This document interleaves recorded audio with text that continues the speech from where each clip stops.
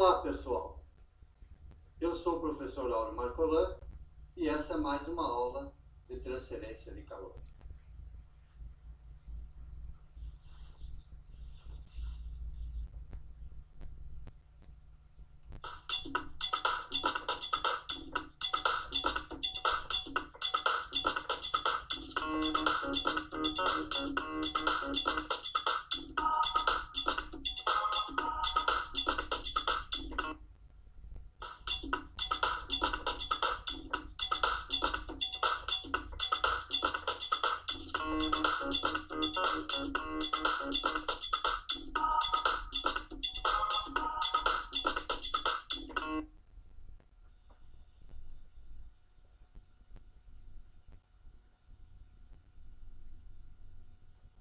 Fundamentos de convecção.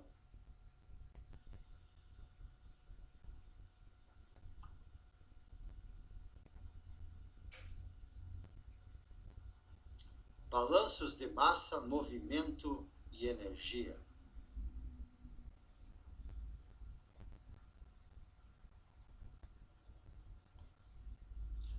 Inicialmente, vamos apresentar para vocês a equação da conservação da massa. Dada a figura, observe que na figura temos uma placa plana, sobre ela incide um fluxo de calor, temos uma temperatura na parede, um fluxo de fluido que se desloca na direção da placa plana, com isso constitui uma temperatura ambiente e uma velocidade ambiente.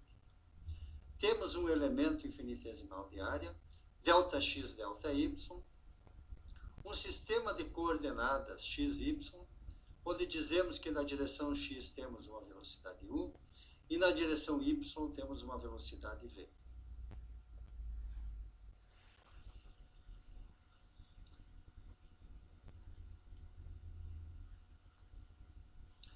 Ampliando o elemento de área, verificamos que temos nesse elemento de área a posição x e y, e a posição x mais ΔX e a posição y mais ΔY. Na entrada x, temos a vazão mássica na entrada x, que é a densidade específica vezes a velocidade u na direção x, vezes ΔY, que é a face perpendicular que está entrando a massa. Na posição y, temos a vazão mássica na entrada y, que se constitui na densidade específica vezes a velocidade v, que é a velocidade na direção y, vezes ΔX, que é a face perpendicular na entrada do fluxo de fluido. Na saída, nós temos duas saídas. Na saída na posição x mais ΔX e a saída na posição y mais ΔY.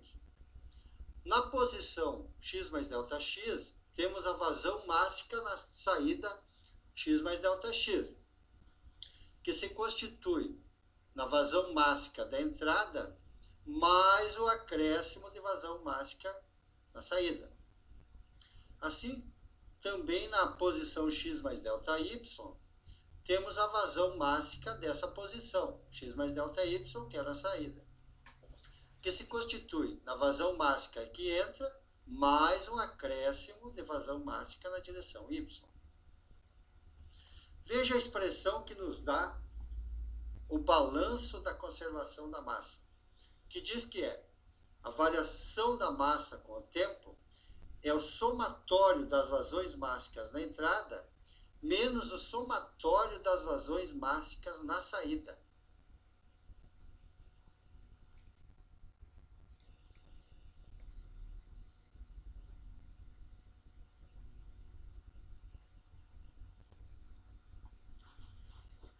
Substituindo na expressão anterior o m, que é a massa, que é a densidade específica vezes a variação infinitesimal ΔX, ΔY, temos então que a variação da massa com o tempo é o somatório das vazões mássicas na entrada, que é dada por esses dois valores, menos o somatório das vazões mássicas na saída, que é dado por esses outros termos aqui. Fazendo as devidas simplificações, vamos obter esta expressão aqui, que nos diz que a variação da massa com o tempo é igual ao somatório das diferenças das vazões mássicas na entrada e a vazão mássica na saída. Colocando todos os termos no mesmo lado da equação e igualando a zero, temos essa expressão aqui, que são esses três termos, que é a variação da massa com o tempo, que é mais a soma da variação mássica na direção x, mais a soma da variação mássica na direção y.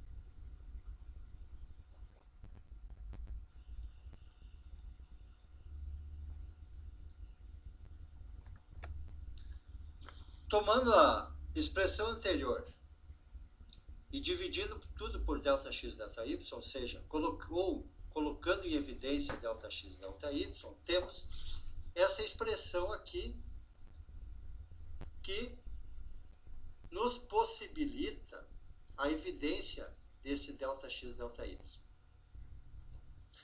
Colocando ele em evidência, fica esse termo que fica entre colchetes aqui, que é a variação da densidade específica com o tempo, mais a variação da densidade específica vezes a velocidade na direção x, mais a densidade específica vezes a velocidade v na direção y. Nos possibilita essa colocação em evidência de passar dividindo 0 por ΔX, ΔY. Isso, 0 dividido por um valor vai dar 0. O que nos dá essa expressão aqui que nós temos aqui, que diz que a variação da densidade com o tempo mais a soma da variação da densidade específica vezes a velocidade u na direção x, mais a variação da densidade específica vezes a velocidade v na direção y é igual a 0.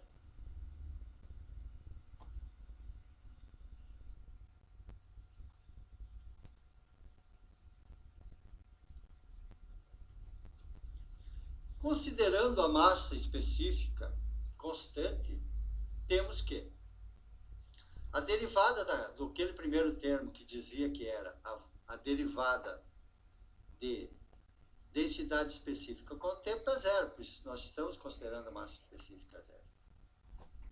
E aí sobra essa expressão, que é a variação da massa na direção x e a variação da massa na direção y.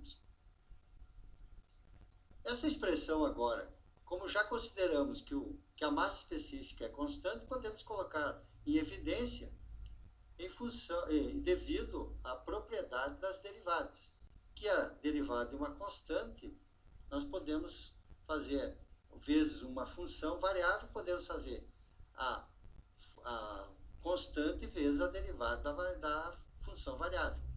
Tanto para esse termo, que diz a densidade vezes a velocidade, como esse outro termo que diz que a densidade vezes a velocidade v.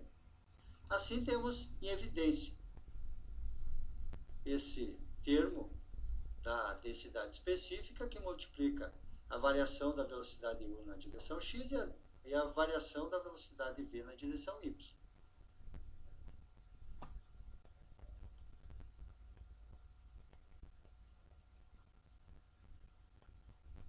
Observe que ficamos com uma expressão que diz que a variação da velocidade u na direção x e a variação da velocidade v na direção y, que é igual a 0. Isso é a equação da continuidade em R2. Ou seja, a equação da conservação da massa, quando consideramos que a densidade específica é constante, ela se torna simplesmente a variação das velocidades nas direções x e y, respectivamente, na direção em R2.